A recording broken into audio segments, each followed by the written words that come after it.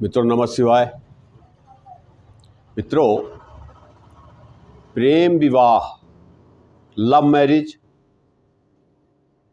होगी या नहीं होगी,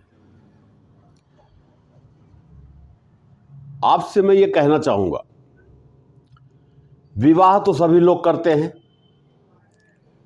चाहे वो मेल हो या फीमेल हो, लड़का हो या लड़की हो, विवाह तो सभी का होता है। विवाह करना बहुत आसान है, बहुत ज़्यादा समस्या नहीं है। माता पिता चिंतित रहते हैं कि हमारे बच्चे बड़े हो गए हैं, विवाह के योग्य हो गए हैं, उम्र हो गई है, अब विवाह होना चाहिए, बिल्कुल होना चाहिए। तो विवाह कोई बहुत बड़ी समस्या नहीं है। प्रश्न ये उठता है कि विवाह के उपरांत आफ्टर मैरिज लाइफ हमारा दाम्पत्य जीवन कैसा होगा। विवाह तो 24 घंटे में समाप्त हो जाता है, 24 घंटे भी नहीं लगते। शाम को बारात लगती है, रात में शादी होती है, सुबह विदा हो जाती है। तो विवाह करना बहुत बड़ी समस्या नहीं है, आराम से होता है। लेकिन विवाह के पश्चात जब दो नए लोग आपस में जुड़ते हैं, दोनों की भावनाएं जुड़ती हैं, दोनों के विचार जुड़ते हैं। एक लड़की अपने माता पिता को छोड़ के, परिवार को छोड़ के, घर को छोड़ के, रिश्तेदारों को छोड़कर एक नए घर में आती है। उसका एक नया जीवन शुरू होता है। लड़के की भी शादी होती है, वो भी पत्नी बना कर लाता है, उसके भी दायित्व बढ़ जाते हैं, जवाबदारियां बढ़ जाती हैं। पर धीरे धीरे दोनों एक दूसरे में समर्पित हो जाते हैं। तो विवाह करना आसान है। महत्वपूर्ण बात है कि विवाह कोई भी हो, चाहे वो लव मैरिज हो, कोर्ट मैरिज हो या अरेंज मैरिज हो, विवाह के पश्चात हर व्यक्ति का दाम्पत्य जीवन सुखमय और मंगलमय होना चाहिए। 90% अनुमानित, मेरे अनुभव के अनुसार 90% लड़कियां जो हैं, प्रेम विवाह का लोग झांसा दे करके मेल वर्ग के द्वारा कि मैं शादी करूंगा, और 90% लड़कियां धोखा खा जाती हैं कि प्रेम विवाह करेंगे कि नहीं करेंगे। और प्रेम विवाह करने में थोड़ी समस्या कहां आती है कि प्रेम जाति नहीं देखता, धर्म नहीं देखता, प्रेम सिर्फ प्रेम है। अब वो प्रेम कैसा है ये तो वही लोग बता पाएंगे, वही जोड़ा बता पाएंगे जो लव मैरिज करना चाहते हैं।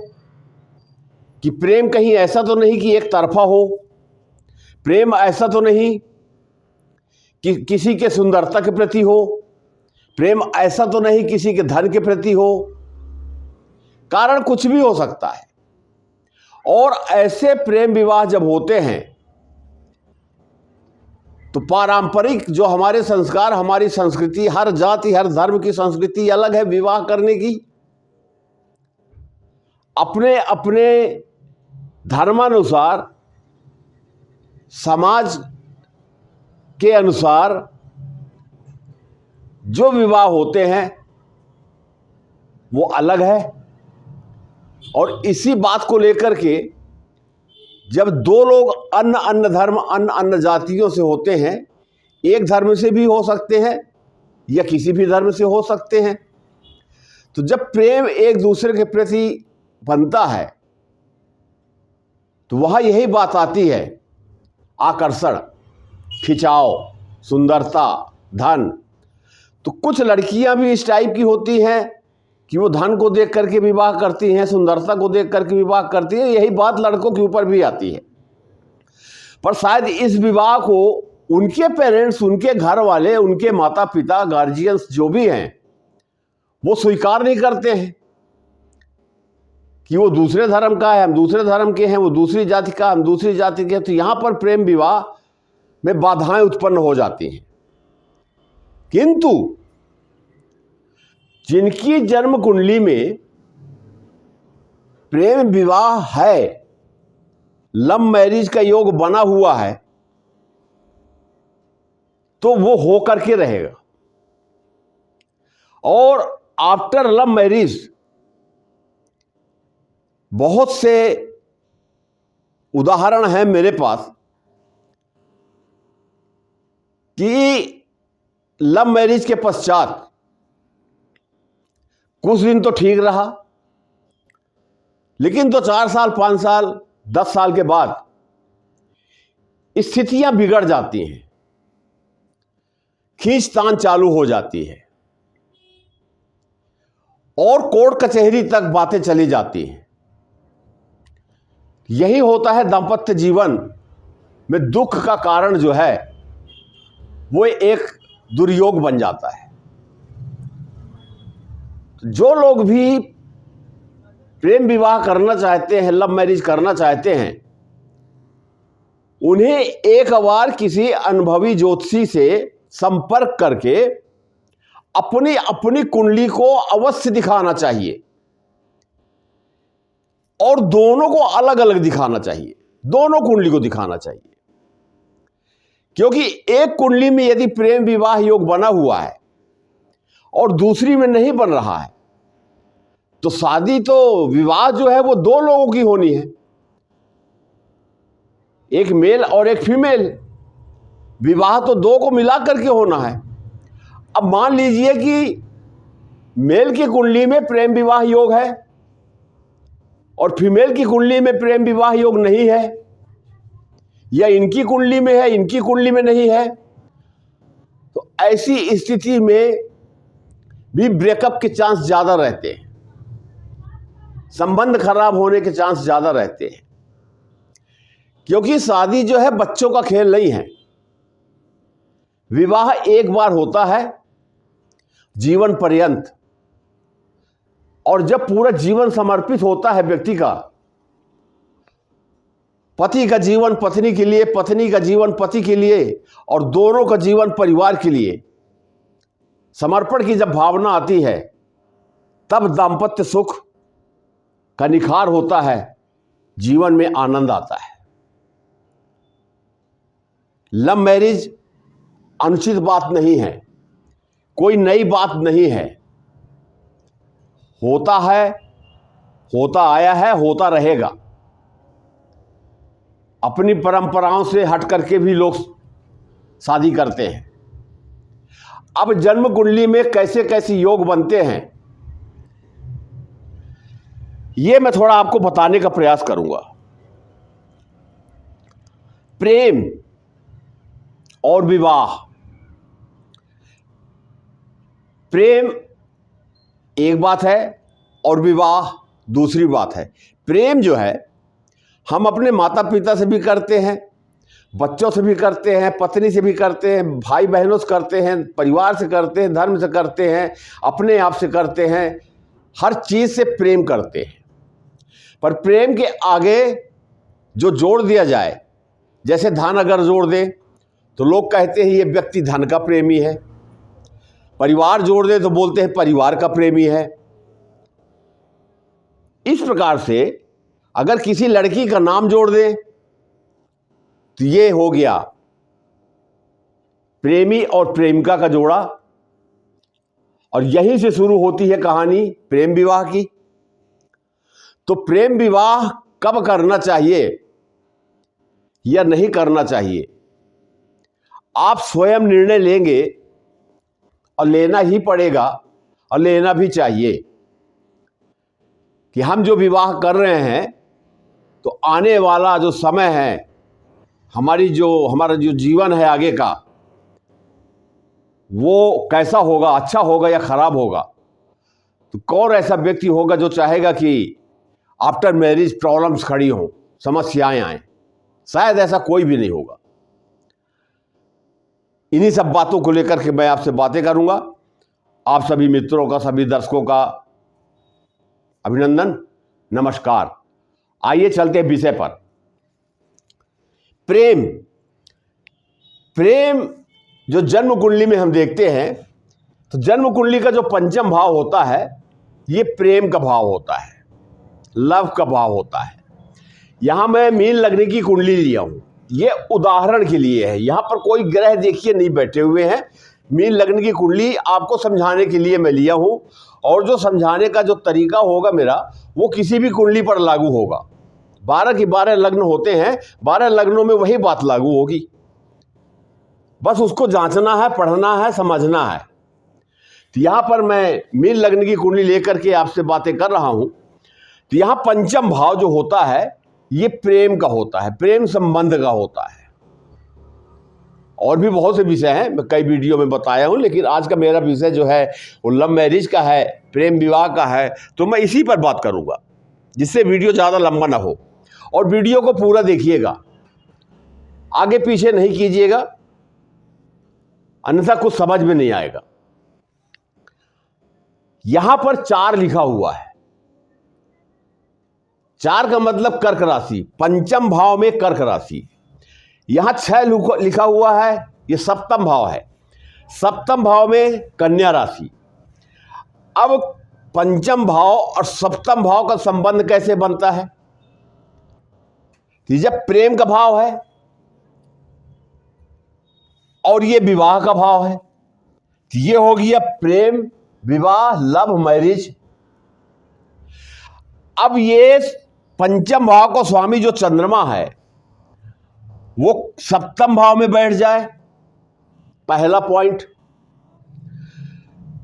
सप्तम भाव का स्वामी जो बुध है, कन्या राशि का स्वामी, वो पंचम भाव में बैठ जाए। एक योग तो ये बन गया, प्रेम संबंध योग बन गया, ये प्रेम विवाह योग बन गया। ये बड़ा अच्छा योग है। अब इसके बाद लग्न जो होता है जन्म कुंडली का प्रथम भाव और मुख्य भाव होता है। अब ये मुख्य भाव जो है, इसका संबंध पंचम भाव कर्क राशि से बन जाए, अर्थात मीन राशि के स्वामी गुरु का संबंध कर्क राशि से बन जाए, चंद्रमा की राशि से, या गुरु का संबंध कन्या राशि से बन जाए और कन्या राशि का संबंध मीन राशि से बन जाए। ये दूसरी बात हो गई, दूसरा योग बन गया। तीसरा योग कि ये दोनों ग्रह बुध और चंद्रमा, ये दोनों ग्रह केंद्र के भाव में, केंद्र अर्थात 1, 4, 7 और 10, इन भावों में साथ साथ बैठ जाएं, एक योग एक बन गया। या त्रिकोण में बैठ जाएं, 1, 5 और 9, इसमें बैठ जाएं, तो प्रेम विवाह योग बन गया। इसके अतिरिक्त चंद्रमा और बुध का दृष्टि संबंध बन जाए, जन्म कुंडली में कहीं पर भी बैठे हो, इसके अतिरिक्त तो दृष्टि संबंध बन जाए तो योग बन जाएगा। तीसरा, नेक्स्ट, ये एकादश भाव है, 10 लिखा हुआ है, मकर राशि। मकर राशि के स्वामी शनिदेव हुए। अब पंचम भाव का स्वामी एकादश से संबंध बना ले, बैठ जाए, या सप्तम भाव का स्वामी एकादश भाव में बैठ जाए और एकादश भाव का स्वामी पंचम में या सप्तम में बैठ जाए तो योग बन जाएगा। तो ऐसे कई योग जो है जन्म कुंडली में बनते हैं, जो योग बना देते हैं। अब योग तो बन गए, अब योग के साथ साथ हमें और क्या देखना चाहिए कि जीवन में ग्रहों का बहुत बड़ा योगदान है। हम कुछ भी कार्य करते हैं तो जन्म कुंडली दिखाते हैं। हमारा कोई भी प्रश्न होता है हम जन्म कुंडली से निकालते हैं, उसका समाधान करते हैं। तो सिर्फ योग बन जाने से स्थिति नहीं बन जाती। अब योग बन जाने के पश्चात भी हमें कुछ ग्रहों का भी अध्ययन करना पड़ता है। देखिए, ये बातें इसलिए मैं बता रहा हूं कि जो लोग लव मैरिज करना चाहते हैं, मेल हो या फीमेल, दोनों को ये रास्ता अपना लेना चाहिए, उसके बाद वो प्रेम विवाह कर सकते हैं। अगर कुंडली उनकी पॉजिटिव है, दोनों की कुंडली में सही योग बन रहे हैं, तो विवाह कर लेना चाहिए। अब कौन कौन से ग्रह हैं? तो पहला ग्रह मंगल, दूसरा गुरु, तीसरा शुक्र और चौथा राहु। ये 4 ग्रह जो हैं बड़े ही महत्वपूर्ण हैं। मंगल, गुरु और शुक्र को हम लग्न कुंडली में भी देखते हैं। जहां अरेंज मैरिज होती है वहां देखते हैं, गुण देखते हैं, दोष देखते हैं, नाड़ी देखते हैं, बहुत सी चीज़ों को देखते हैं। पर लव मैरिज करने जा रहे हैं तो वहां पर भी हमको मंगल को देखना है। तो मंगल क्या है? मंगल साहस है, हिम्मत है। मंगल का शुभ स्थान में बैठना, त्रिकोण भाव में बैठना और अंश बल से बली होना, भाव बल से बली होना आवश्यक है। क्योंकि मंगल अगर कमजोर पड़ा तो तमाम विरोधों के पश्चात ऐसे लोग हिम्मत हार जाते हैं, लव मैरिज नहीं कर पाते। पर मंगल जो है साहस का ग्रह है, पराक्रम का ग्रह है, हिम्मत दिलाता है। तो जिनकी कुंडली में मंगल बली होगा, शुभ होगा, वो लोग सब कुछ अलग करके किसी बात की चिंता नहीं करते हुए और लव मैरिज कर लेते हैं। तो मंगल का भी रोल जो है लव मैरिज में अति महत्वपूर्ण है। मंगल के बाद हम आते हैं गुरु की बात करते हैं। तो गुरु तो सभी ग्रहों में सबसे पवित्र ग्रह है। और गुरु जो है पति, संतान और धन के कारक हैं। तो गुरु की स्थिति को भी देखा जाए कि गुरु शुभ स्थान में हो, केंद्र त्रिकोण में हो, शुभ राशि में हो, अंश बल से गुरु बली हो, गुरु कुंडली में मजबूत हो, क्योंकि धन की आवश्यकता पहले है और गुरु धन के कारक ग्रह हैं। तो गुरु का बली होना अर्थात धन का बली होना। तो जब जीवन में धन होगा तभी हम अपनी खुशियों को पूरा कर सकते हैं, अपनी इच्छाओं को पूरा कर सकते हैं। पति स्वस्थ रहें, सुखी रहें, धन कमा के लाएं, तो गुरु का योगदान चाहिए। आफ्टर मैरिज हमें संतान प्राप्ति भी चाहिए, फिर संतान सुख चाहिए, उसके लिए भी हमें गुरु की कृपा चाहिए। तो गुरु का भी अध्ययन करना विशेष रूप से बड़ा ही महत्वपूर्ण हो जाता है। ये 2 ग्रह हो गए। तीसरा शुक्र है। शुक्र जो है ऐश्वर्य का कारक ग्रह है, सुख सुविधाओं देने वाला ग्रह है। यह भी धन का कारक ग्रह है। पति पत्नी के बीच मधुर संबंध बनने का कारक ग्रह है, सुंदरता का कारक ग्रह है, लग्जरी लाइफ देने का कारक ग्रह है, संतान का कारक ग्रह है। पति पत्नी के बीच में जो संबंध होते हैं सबसे बड़ा महत्वपूर्ण कारक ग्रह है। पति पत्नी के बीच मधुरता, एक दूसरे के प्रति विश्वास, एक दूसरे की भावनाओं का सम्मान करना, एक दूसरे की बातों को मानना और अपने जीवन को आगे बढ़ाते रहना, यह शुक्र का कारण है। तो शुक्र को भी देखना चाहिए। हम लव मैरिज कर रहे हैं, ठीक है, अच्छी बात है, लेकिन ये शुक्र को भी देखना चाहिए, इसका भी अध्ययन करना चाहिए। अब चौथा ग्रह जो है राहु, अब सब लोग कहेंगे कि राहु कहां से बीच में आ गया। बात तो हम शुभता की कर रहे हैं, हम लव मैरिज कर रहे हैं, शुभता की बात कर रहे हैं, हमारा जीवन सुखी मंगलमय हो। तो ये राहु जो पापी ग्रह है ये कहां से बीच में आ गया। तो राहु बड़ा विचित्र ग्रह है, ये मैं आपको बता देता हूं। राहु जो है बहुत विचित्र ग्रह है, ये मति भ्रष्ट कर देता है, आदमी को मानसिक तनाव दे देता है। जब किसी का कुछ बिगाड़ना होता है तो राहु जो है वहां प्रवेश कर जाता है और ऐसे ऐसे विचार मन में लाएगा जो नहीं लाना चाहिए। तो ऐसे लोग एक तरफा भागना चालू कर देते हैं। 24 घंटा बस एक चीज दिखेगी कि मुझे विवाह करना है, मुझे विवाह करना है। तो राहु एक बहुत मायावी ग्रह है।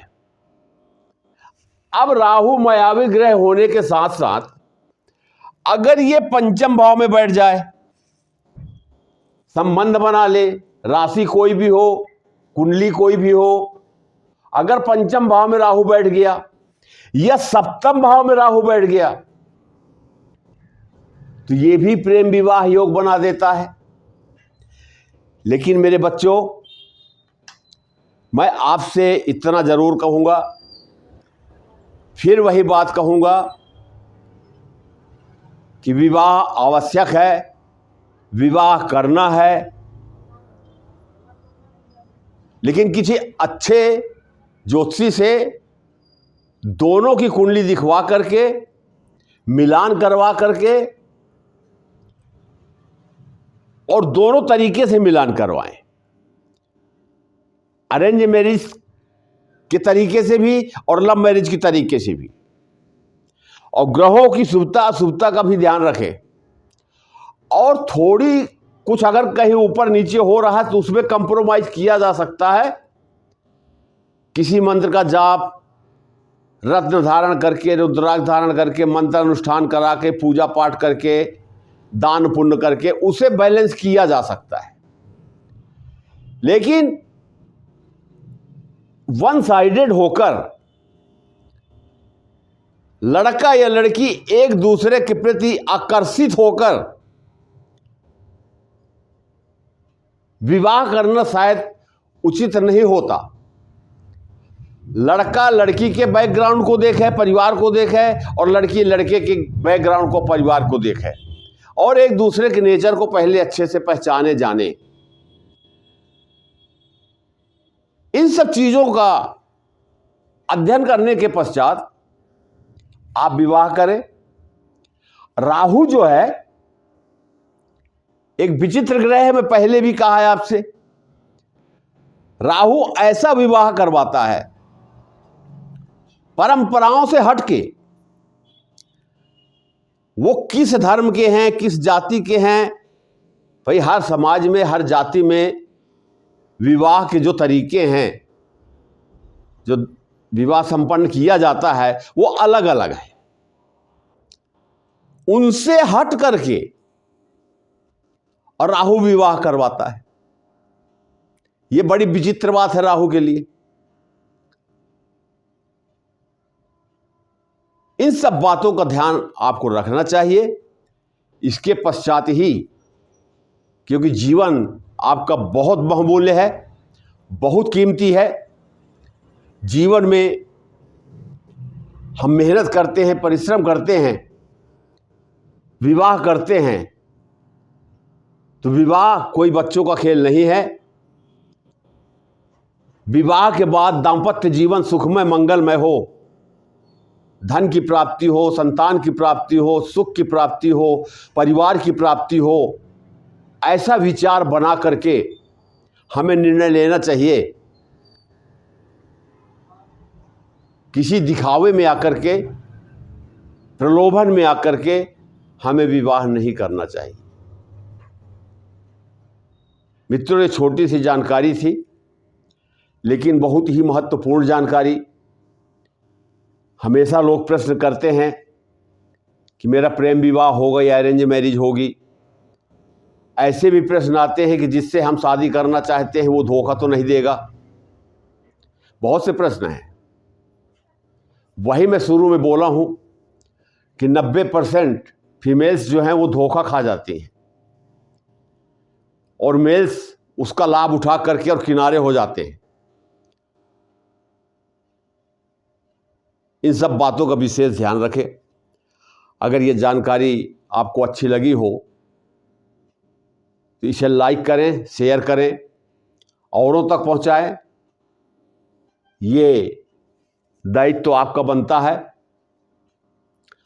आप अपनी या किसी की जन्म कुंडली का विश्लेषण कराना चाहते हैं, ज्योतिषी परामर्श चाहते हैं, ग्रहों की शांति कराना चाहते हैं, जन्म से लेकर के अंतिम समय तक का विश्लेषण चाहते हैं, विवरण चाहते हैं, स्वास्थ्य कैसा होगा, धन कैसा होगा, परिश्रम कितनी करनी पड़ेगी, नेम एंड प्रेम, सुख सुविधाएं हमारी कितनी होंगी, संतान का सुख होगा नहीं होगा, संतान प्राप्ति होगी नहीं होगी, हमारा एजुकेशन, शेयर मार्केट, बड़े पर्दे के कलाकार, टीवी के कलाकार, गीतकार, गायक, संगीतकार, प्रेम संबंध, लव मैरिज, रोग शत्रु कर्जा हमारा कितना होगा, हमारा दाम्पत्य जीवन कैसा होगा, हमारी आयु कितनी होगी, हमारा भाग्य कितना साथ देगा, हम किस क्षेत्र में काम करेंगे, हम जो मेहनत करेंगे उसके अनुरूप हमें धन की प्राप्ति होगी कि नहीं होगी, व्यय कितना होगा, बहुत सी बातें हैं। जन्म कुंडली में सबसे ज़्यादा खराब ग्रह कौन सा है, उसकी शांति के लिए क्या करना चाहिए, बुढ़ापे में हमारे पास धन होगा नहीं होगा, हमारा जीवन कैसा कटेगा, बहुत से प्रश्न हैं, सैकड़ों प्रश्न हैं। अपना नाम, जन्म तारीख, जन्म समय, जन्म स्थान, जिला, स्टेट और देश दिए गए व्हाट्सएप नंबर में आप मैसेज कर दीजिए और जैसे आपका नंबर आता है मैं स्वयं आपसे बातें करूंगा। इन्हीं शब्दों के साथ अपनी वाणी को विराम देता हूं, लेकिन जाते जाते फिर निवेदन करूंगा, please like, please share, please subscribe. Thank you, धन्यवाद।